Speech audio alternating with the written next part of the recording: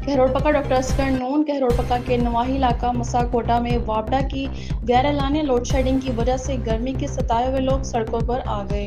वापडा के खिलाफ टायर चलाकर रोड बंद कर दिया और एहतजाजी मुजाहरा किया। खैरपुर और कहरोड़पक्का रोड ब्लॉक कर दिया गया। गाड़ियों की लंबी कतारें, शदीद गर्मी और जिसमें नज़ाम जिंदगी मफलूज होकर रह गई। मुजाहिरीन का कहना था वापडा की गैर एलानिया लोड शेडिंग की वजह से हमारे कारोबार ठप हो चुके हैं।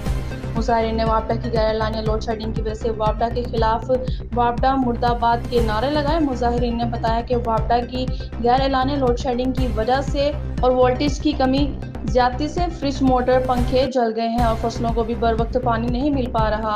वापडा की गैर एलानिया लोड शेडिंग की वजह कारोबार तबाह हो चुके हैं।